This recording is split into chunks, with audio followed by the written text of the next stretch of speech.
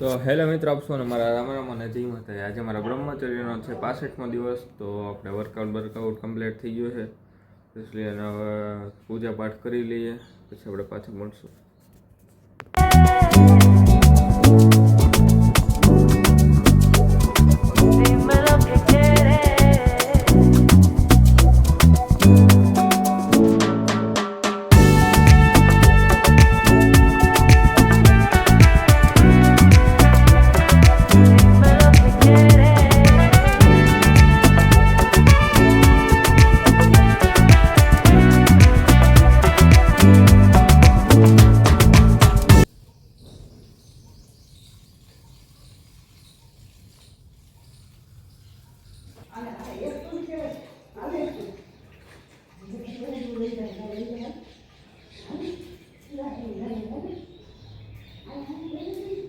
તો ફ્રેન્ડ્સ, આપણે પૂજા પાઠ કરી લીધું ને હવે હનુમાનજી મંદિરે દર્શન કરીને આપણે નાસ્તો કરવા બેસી જઈએ. અને અમારે ઠીંકુ બેન આમ જો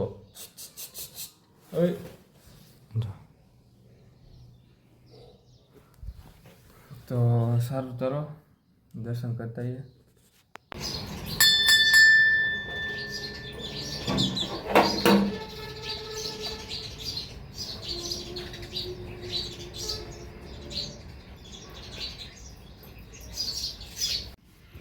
તો ફ્રેન્ડ્સ, આપણે નાસ્તો કરી લેવી. નાસ્તામાં છે ખાખડી, ભાખરી, ચા અને ઘી. નાસ્તો કરીને પછી આપણે ઓફિસ ભેગા થવી, કારણ કે પાછું કામ હોય એટલે ઓફિસ દરરોજ જવું પડે. સારું, ચાલો મળીએ આપણે.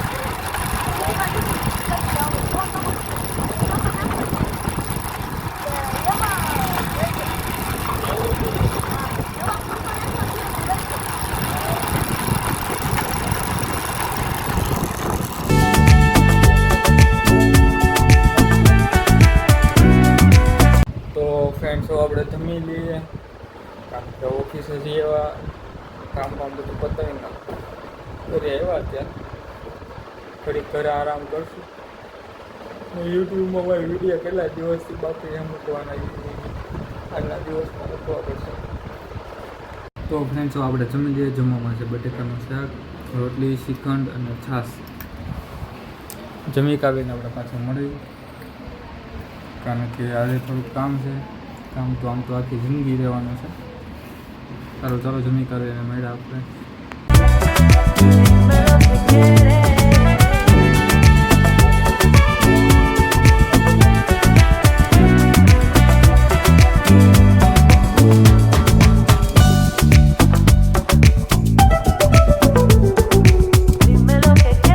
તો મિત્રો, આપણે અહીંયા સુધી રાખશું, કારણ કે ઘણા વિડીયો અપલોડ કરવાના બાકી છે, એટલા માટે એડિટિંગ એવું બધું વગેરે કરી રાખીએ.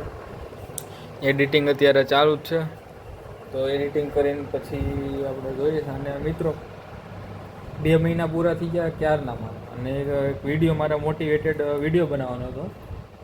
ટૂંકમાં હું કાંઈ મોટિવેટેડ સ્પીકર તો નથી, પણ ખાલી અત્યારના યુવાનોને ઉત્સાહ કરવા માટે આપણે એવા વિડીયા બનાવશું. અને ખાલી વિડીયા બનાવવા પૂરતા જ નહીં બનાવું, ટૂંકમાં યુવાનોને પ્રેરિત કરવા માટે